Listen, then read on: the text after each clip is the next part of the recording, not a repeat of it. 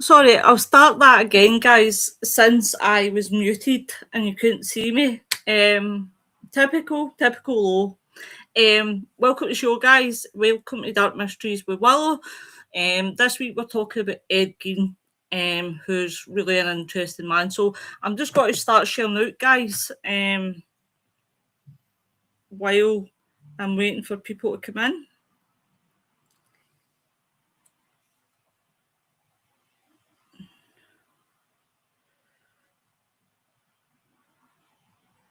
I'll tell you this, Willow has been a killer. Right, I'm just going to share out, guys, and hopefully people will come in.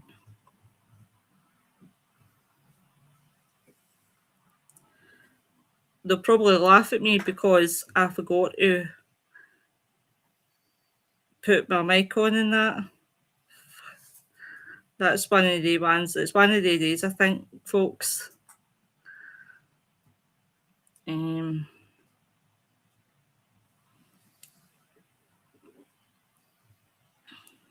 Oh, no, I don't want it in there.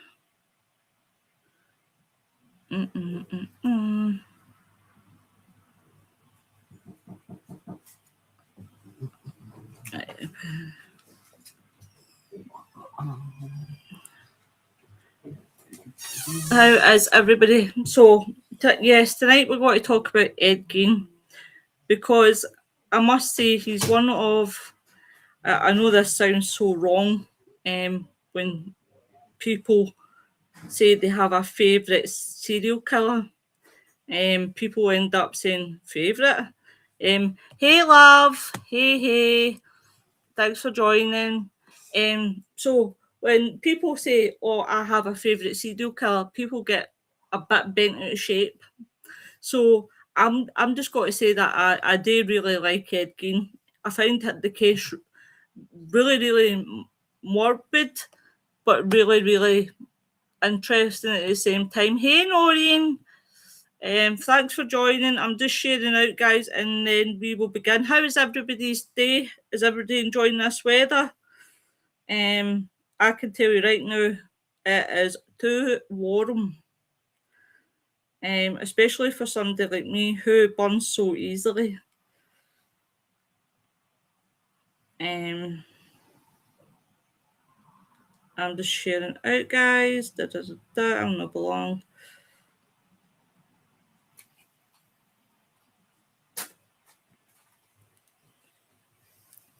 Right, that'll be it. Aye, it's been really too warm. Really too warm, Karen. It's honestly, I've never felt this heat before. Honestly, tell a lie. I went to Spain and I got my full leg burned. Because obviously I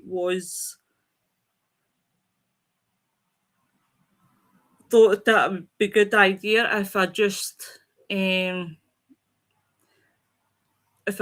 ended up would think me. Nah, that's no recording in TikTok. Why you know doing this in TikTok? Never mind. So what I'll say, guys, is tonight we're talking about Ed Gein. Now, Ed Gein was the most interesting macabre case. This is a man who turned horror at some of the best horror movies. Where do we even start with Ed Gein?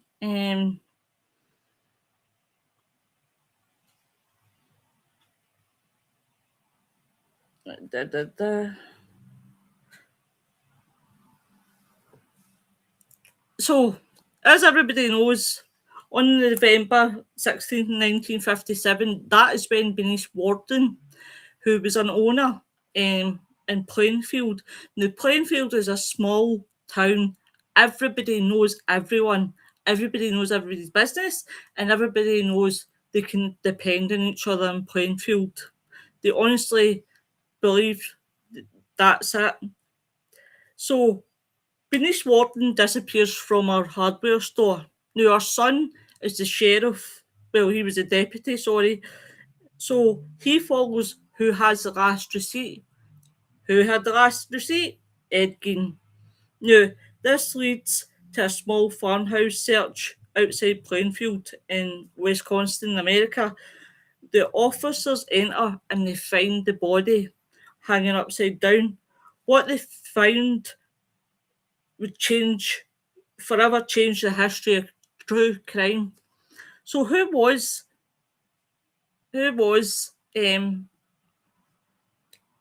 obviously Ed Gein? Ed Gein was born on August 27th, 1906, to George and Augusta. Now, they had another son called Henry. Um, the parents, when you look at obviously his life with the parents, his father was at alcohol. He turned to alcohol, so he was an alcoholic. And the mother was a frantic religious mother, really, really strict. Really strict. She was terrible with the boys in the sense of she kept rhyming religious verses at them. So what happened was Ed became so attached to his mum, and it was a kind of a, how would you say, a weird relationship that they had. Quite a, it was very weird. It was really, really weird. Now, Augusta didn't want the boys to socialise with anyone outside Plainfield, especially women. She would tell them about the hatred of women, sex. Women were harlots. For people that don't know what harlot means, it's a whore. I didn't know it myself. I only discovered it years ago. When a resident, yep, definitely. Too familiar, definitely. I only discovered it last year. Well, a few years ago, sorry, when I did Karen, because somebody called me a harlot and I didn't know what it meant. But I got the gist of what she was saying. Now, Henry was obviously the other brother. Now, he actually found Ed's and Augusta's relationship quite weird, and he would try and separate the two, to make it unweird. But again, anything that Augusta said, Ed believed. Now, here's a key question, right? Was Ed born disturbed or was he created? I think when, I think obviously when he was created, I think maybe, because it comes down to the whole nurture and nature argument. The nature nurture, which I will discuss, the nature of it is obviously, are they born with it? Nurture, does it come from their mum or dad or the childhood or whatever? Now, Augusta was domineering. Hey, Karen, how you doing, love? She was domineering, very, very domineering. She thought that women were immortal and sinful. She kept them socially isolated. Many historians and psychologists, wonder wonder if Augusta influenced Ed and shaped his views of the world. Which she probably did, with what she was doing. Sorry about that. So,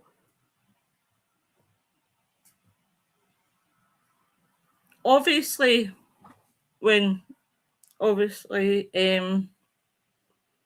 his father died in 1940 of a stroke.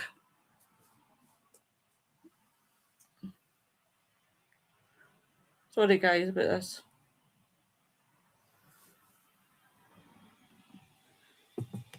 Hey. So, obviously, Gein's father, worked as a carpenter. Go back a bit. Sorry, I've got everything upside down tonight, folks. Gein's father worked as a carpenter, and he was actually carrying a firefighter. He also owned a local grocery store, but soon sold the business and left for the farm. Now, the father was really, really violent towards his kids. He would beat them regularly. So he, this caused Ed's ears to ring when his father bet him on the head. Now, Augusta took advantage of the farm's isolation, as I told you. Now, Gein left the farm only to attend school, so he'd go to school backwards. He spent most of his time doing chores on the farm. Gein was actually quite shy. His classmates and teacher remembered him as being strange, really, really strange.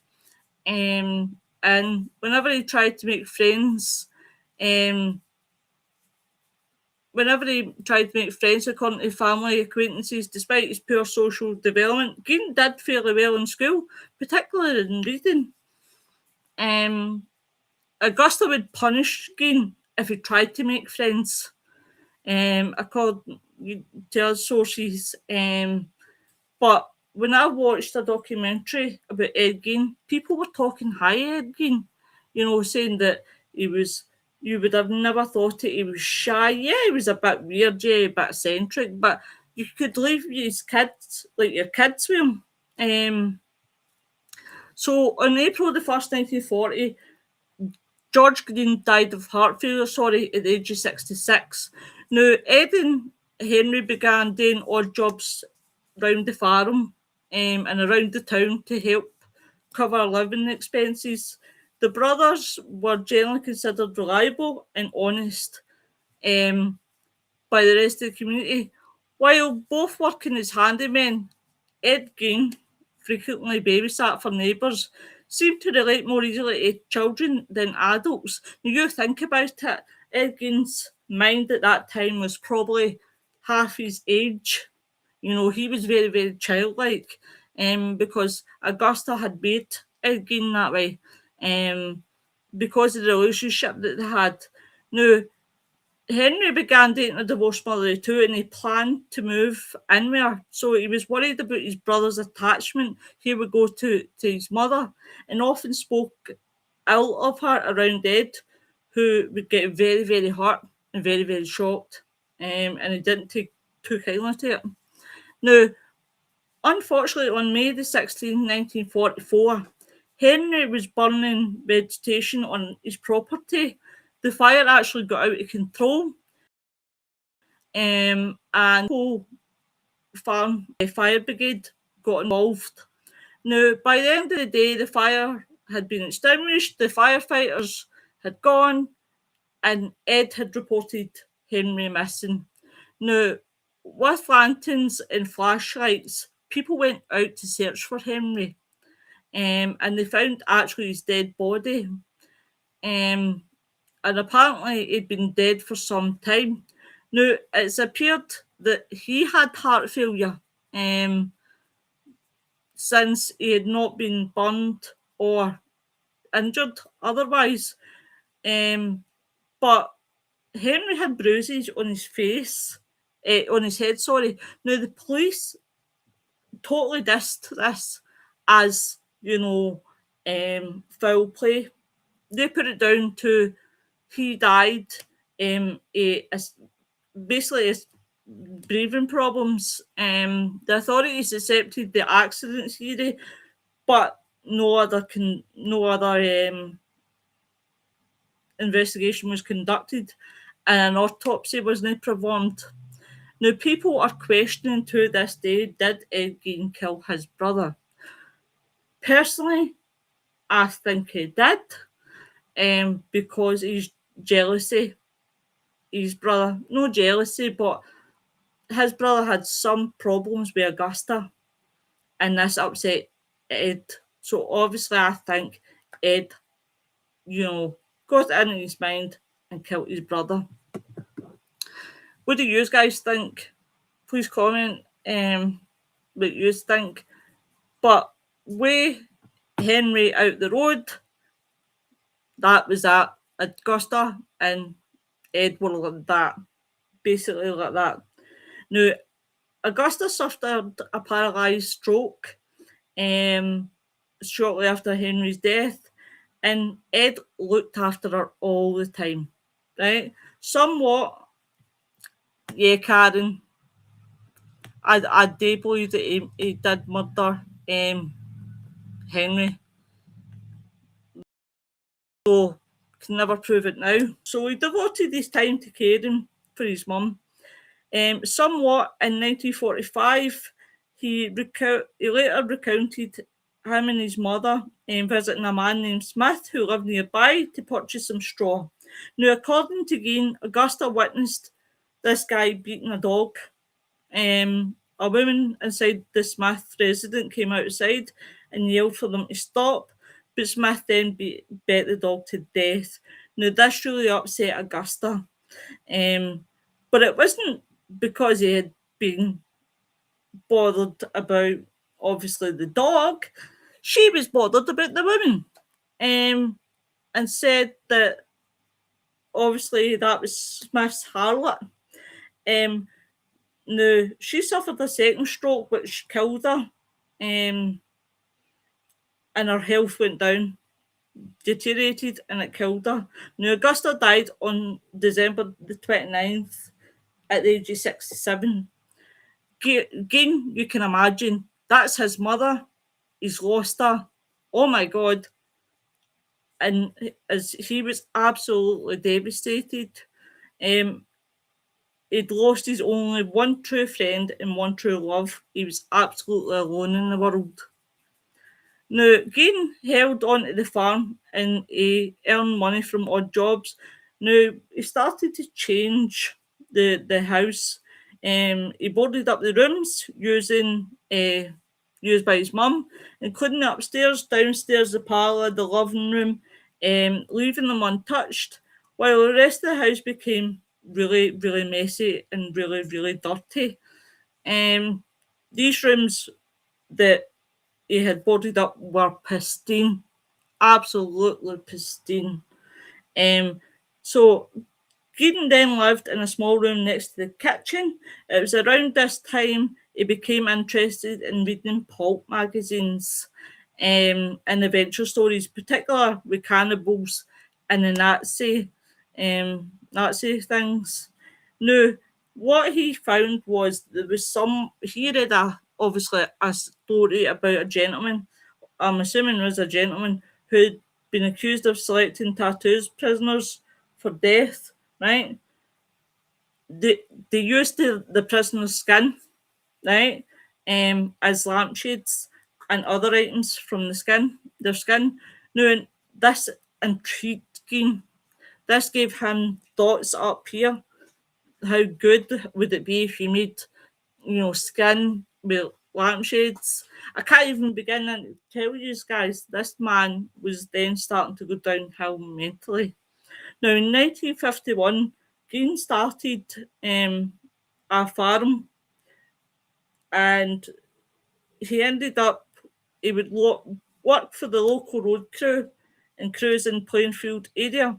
Now, sometime between 1946 and 1956, he sold 80 acres of his land, and that was part of Henry. That was actually part of Henry's thing.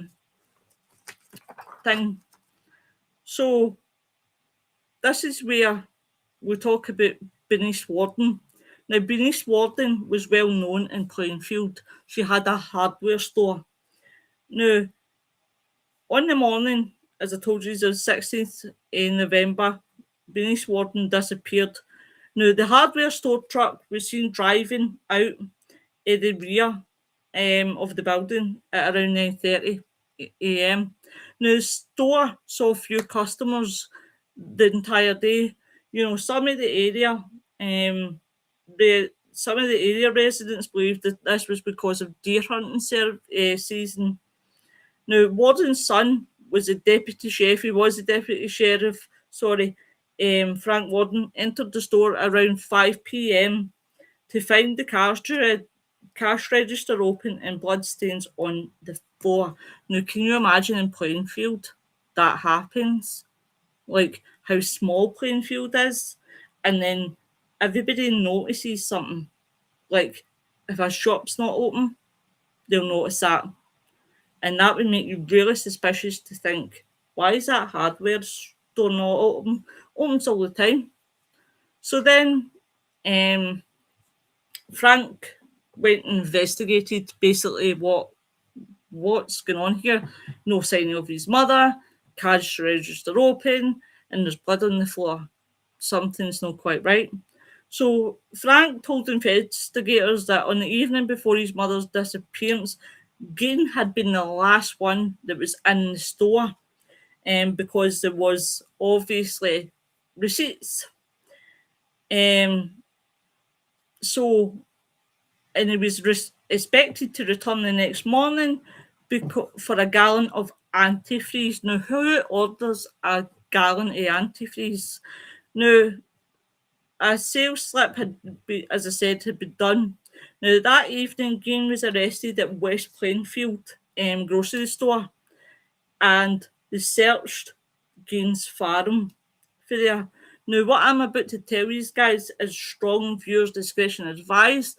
I advise that if you've got a dodgy tummy, don't listen, because this is quite gruesome. Now, these sheriff's deputy had obviously, and the people that was obviously the other arresting cops that were there, I can't imagine for the life of me what their life would have been like. Like, honestly, after seeing what they saw. Now, personally, if it was me, I, I would be interested, because it's bizarre, it's morbid, I can't even start to describe it. Now, the deputy discovered Warren's decapitated body. Now, in a shed on Gein's property. Now, she was hung upside down like a deer by her legs with a crossbar at her ankles and ropes at her wrist. The torso had been dressed out like a deer. Warden had been shot with a 22 caliber rifle, guys, and mutilated after her death. Now, what I'm about to tell you is what he basically had done. Now, the officers found whole human bones and fragments, a waste basket made of human skin. Human skin covered several chairs. Human skulls mounted on bedposts. Female skulls, some with the tops sawn off. Bowls made from human skulls. A corset made from a female torso, skin from shoulders to waist. Leggings made from human leg skin. Masks made from the skin of females' heads. Now, the other person that he did kill, Mary Wogan's face mask was in a paper bag. Mary Hogan's skull was in a box. Bernice Warden's entire head was in a sack. Bernice Warden's heart in a plastic bag in front of the Gein's potbelly stove.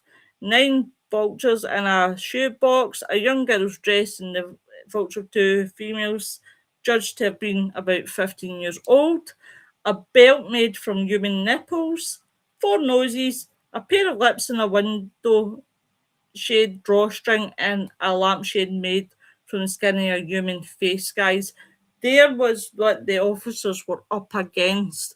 Now, for anybody that's quite squeamish, I am sorry that I've read that, but guys, when I start to do these shows, I'm going to go in deep, real deep, because obviously that's where the interest is. So obviously this is what they found. Now, you can imagine that changed Plainfield. That changed that this man even helped film and music culture. Thank God, Karen, thank God I don't want him disputing because of my show.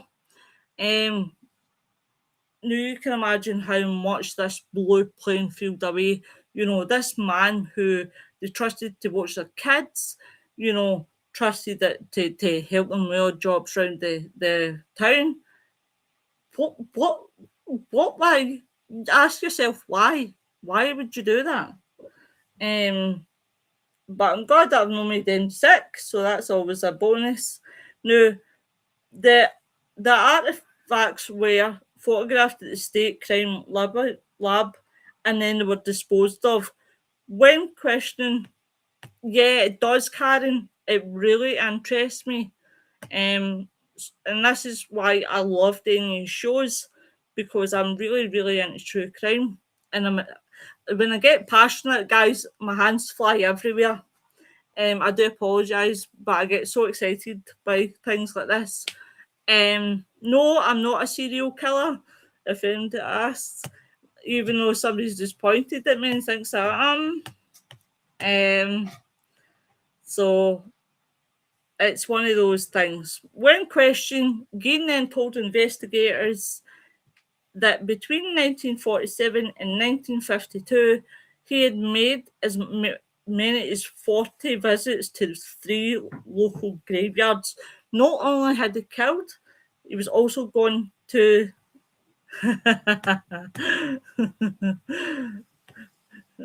Sorry, sister, I've got your alibi. But he'd also been grave robbing. Now, when people talk about serial killers, right, when we talk about the differences about serial killers and mass killers, now, mass killers kills millions. Well, kills hundreds at least, right? Serial killer, everybody says, well, how many does it take you to be a serial killer? 3, obviously. 3 and more bodies. I'm glad, love. I'm glad. So takes 3 more than 3. So really, if you look at Ed Gein, I know that you could put him on to being a serial killer. I think because obviously they know of 2 and they can't prove Henry.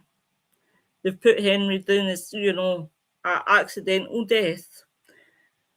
Now, this man went grave robbing. Now, you would think, oh my God, why would you go grave robbing? But he described himself as being in a dazed-like state. Now, on 30-day visits, he said he would come out dazed while in the cemetery, and he left the grave in good order and returned home empty-handed. Now, on other occasions, he dug up graves like he would watch people get buried and then he would go in for the kill and take the body. But it was a specific type of body that he wanted, and that was a middle-aged woman that looked like his mum. And obviously, he took the bodies home where he tanned their skins to make like the shape of his mum. Now, Gein admitted to stealing from 9 graves and led investigators to them. Now, obviously, they opened the 3 test graves and identified by Gein. The casts were inside wooden boxes. The boards ran crossways, not lengthways, and the tops of the boxes were about 2 feet below the surface in the soil. Now, Gein had dropped graves soon after the funeral. So basically, you can imagine you're having a funeral, you're burying your grandma or say your mum who's middle-aged. There's Gein watching the funeral. As soon as your back's turned to go leave, next thing he's in for the kill. Now, they found the test graves were exhumed because they were uncertain as to whether the slight Gein was capable of single-handedly digging up the graves during the evening.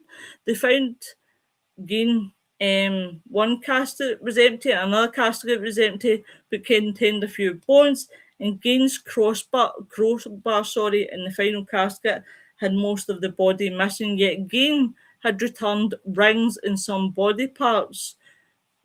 Gein confessed that this is what he'd done at the graveyard. Now, soon after his mum's death, Gein did create a woman's suit so that he could become his mother. Now, everybody's seen Psycho, right? Everybody's seen what happens in Psycho when obviously Norman Bates goes up to Mother's house and starts playing mother and son. This is exactly what Ed Gein was doing. So he literally crawled into her skin. Now, he denied having sex with the bodies. He said it smelled too bad. I can't even imagine the smell that they had. During the investigation, he admitted to shooting 51-year-old Mary Hogan, who was a tavern owner who had been missing since 1954. Now, her head was later found in his house, though he denied he couldn't remember how Mary Hogan died. Now, a 16-year-old youth whose parents were friends again, and who attended baseball games with Gein, reported that Gein kept shrunken heads in his house. Now, this 16-year-old has been in Gain's house, has seen the evidence, which Gein described as relics sent by a cousin who'd served in the Philippines during World War II. Now, upon investigations, the police determined to find human facial skins carefully peeled from corpses and used as Gein's masks. Now, during questioning, the sheriff, one of the sheriffs called Art, I can't pronounce his second name, so I'm not going to say it, had assaulted Gein and was banging his head off the wall and face. As a result of this, Gein's initial first confession, was void because of the assault. Shortly after that, the sheriff died of heart failure in 1968 at the age of 43 before Gein's trial. Now, many who knew this sheriff, do you know what? It's one of the questions I would love to know how you shrink a scum. It's a good question, Con. It's one of the ones I would definitely need to see. Now, you can imagine how all the officers were. Everybody who was at that scene was absolutely traumatised by what they saw. Doesn't give them the right to attack Ed Gein, doesn't give him the right to bang his face and head, but inside that man must have been so traumatised. Know that I'm sticking up for the sheriff either because I think he's wrong in what he did. But many who knew this sheriff said he was traumatised by the horror of what Gein had done and the fear. He had the fear of testifying as well, especially about assaulting Gein caused his death. So basically, he died with all the stress of Ed Gein. Now, Gein was considered a suspect in other murders that had been happening in Wisconsin, but when in November 1957, when authorities confronted Gein with missing persons cases that occurred between the death of his mother and Warden, the suspicions were further aroused after the discovery of Hogan's remains. Now, they made Ed Gein take a lie detector test, which obviously failed to implicate Gein of any other murders, and his psychiatrist concluded that the violence was only directed to women who was physically resembling his mum. Now, this comes back to their relationship. I believe you. I'm a mother myself, a son, right? I really am. I have a good relationship with my son, but I wouldn't go as far as Augusta and Ed Gein. There's having a relationship with your son, and there's a bit of crossing the line sort of thing. And no, I'm not talking incest. I'm talking about the relationship that he depended on his mum so much for everything, and the relationship. And I'm not saying what Ed did was right, but in his head at that time, that was the right thing for him because he wanted his mum back and he was suffering. Now, they say that a 8-year-old disappeared near her home approximately on May the 1st, 1947. She was given a lift home for a grade student who dropped her off. But what witnesses had reported was seeing a dark coloured, possible black 1936 Ford sedan with a grey plastic spotlight. Now, Gein owned a black 1937 Ford, and there was another one, a girl who went missing at 14. She was babysitting a 20-month-old girl on that evening, and she disappeared without any trace. And when they went to Ed Gein's and had done, obviously, the clear up, they found nothing. Now, another gentleman went off to hunt deer in the company of acquaintance, and he was 42. At around 7 p.m, they both left a bar, and the hunters, along with the car were driven, were never seen again. There was no trace of them. Disappeared. They absolutely disappeared. But they had been hunting on Ed Gein's farm, next to Ed Gein's farm. Now, despite his objections, he said he didn't do it. You wonder if he did do it, because I believe that he probably had a personality split, and I believe he was living as Ed Gein, but then he was living as someone else. Now, Gein had been linked to another disappearance, his neighbour, 32, and he went missing. But Ed Gein was still doing chores for that lady. Now, we look at the aftermath at the trial. Now, on November the 21st, 1957, Gein was done for one count of first-degree murder, where he pled no guilty by reason of insanity. Now, he was diagnosed finally with schizophrenia and found mentally incapable to stand for trial. Now, Gein was sent to the Centre State Hospital for the criminally insane, and he was given absolute maximum. Now, he was later then transferred to another one in Madison, and in 1968, doctors were actually changed their opinion and determined that Gein was mentally able to confer with counsel and participate in his trial. Now, the trial began on November the 7th, 1968, and lasted 1 week. Now, a psychiatrist had testified that Gein had told him, "Hey Joe, hey love, hope you're well." That Gein had told him that Gein had told him that he didn't know whether the killing of Warden was intentional or an accident. Gein told him that while he examined a gun in Warden's store, the weapon actually discharged and killed Warden. He did die. He died in Madison. So he claimed to that, but he doesn't remember anything else that happened that day.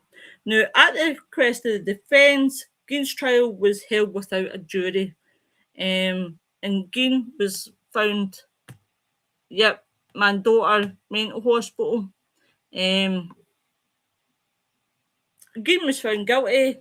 A second trial actually dealt with Gein's sanity. Now, after testimony by doctors for the prosecution and defence, the judge actually ruled Gein not guilty by the reason of insanity and ordered him to be committed to Central State Hospital for the criminally insane.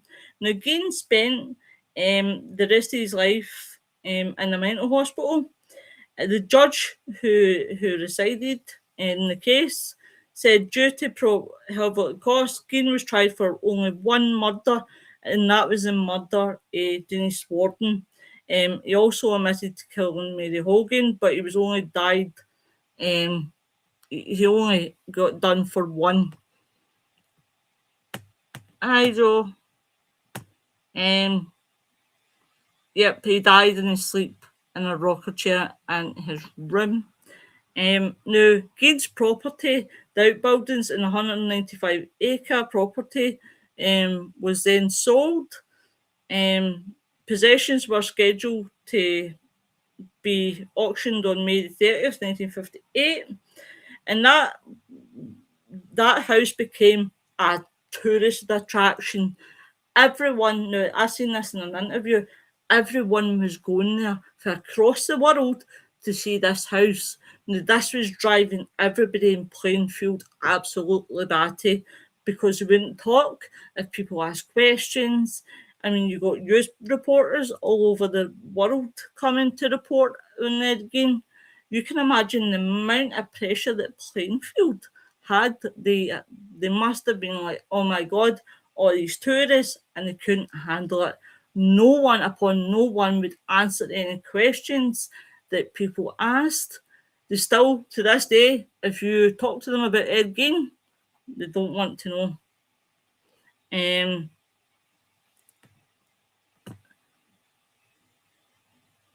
It's okay, Joe. So early on the morning of March 20th, the house was destroyed by a fire. Now, this is where mass suspicion turns to the town. I believe that the town burnt Ed Gein's house down, the farm down. Oh, Joe, I hope you're okay. I hope you're really okay. I hope the health's okay. I believe that the town set the house on fire because they must have been sick and tired of everybody coming across the world seeing this place. And to be honest, they probably wanted to forget what happened because it was so traumatizing. I know, imagine finding the lampshade you bought was made from skin. Can you imagine? Oh my lord. But a deputy fire marshal reported that the garbage fire had been set from the house by a cleaning crew, which was given the task of disposal. But the fire did not spread to the ground. Arson was suspected, but the cause of the fire was never officially determined. Can you imagine why? Because somebody in the town or all the townspeople decided to burn it down. Now, it's possible that the fire was not considered a matter of urgency by Denise's son, Frank Warden. When Gein learned of what happened while in detention, he just shrugged. And you have to be careful in that town. Been there a few times. I can only imagine, Joe, what it's like in Plainfield now. Yeah, that's what I strongly do believe, that the fire was caused by the people in Plainfield. So while he was learning that, his Ford sedan, which he used to haul bodies.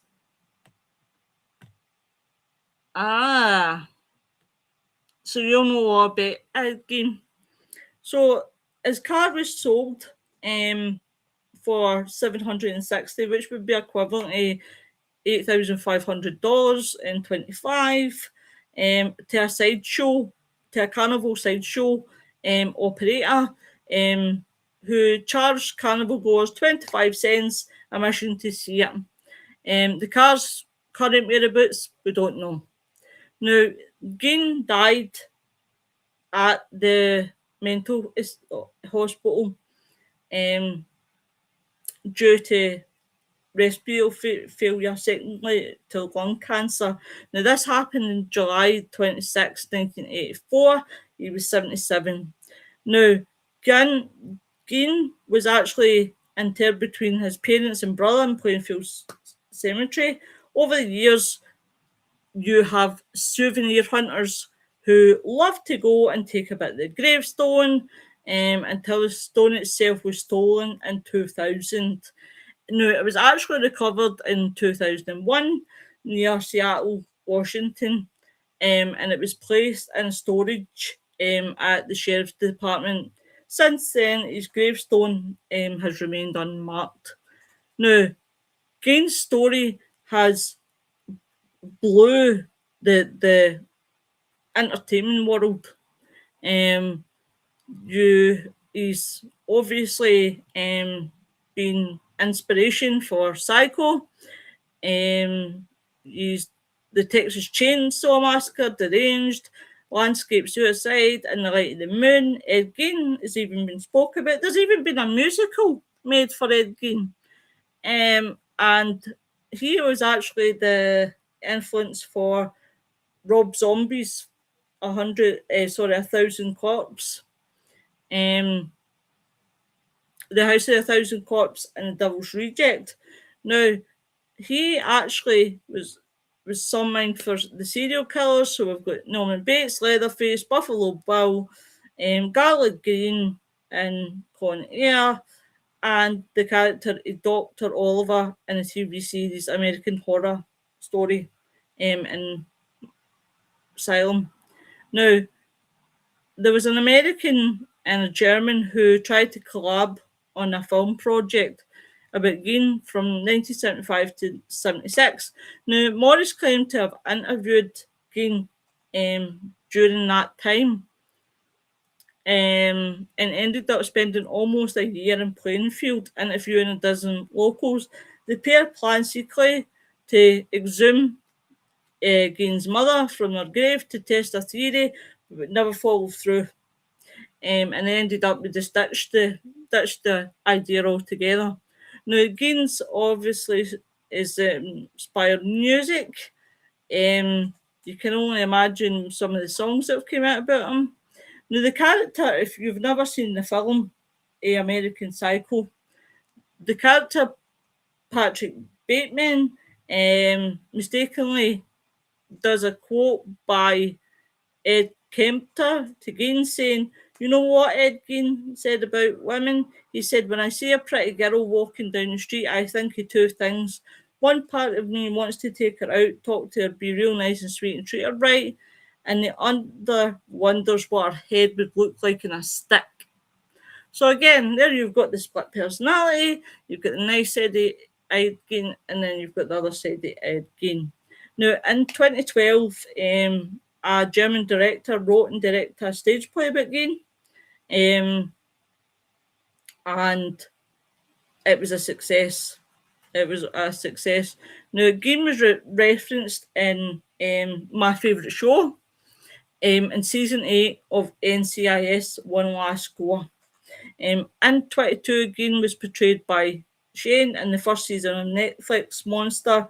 We all know now it's the guy from Green Street and Sons of Anarchy, and apparently he plays a really good Ed Gein. It's supposed to be really, really good. And that's it, guys. There was the story of Mr. Gein, who I've got to say I really do have a lot of like it's fascination because I want to know what was in the mind again, what made him actually go to the lengths that he went to kill these people and to skin them, and I just want to know. Like, I'm fascinated. But schizophrenia can make you do weird things.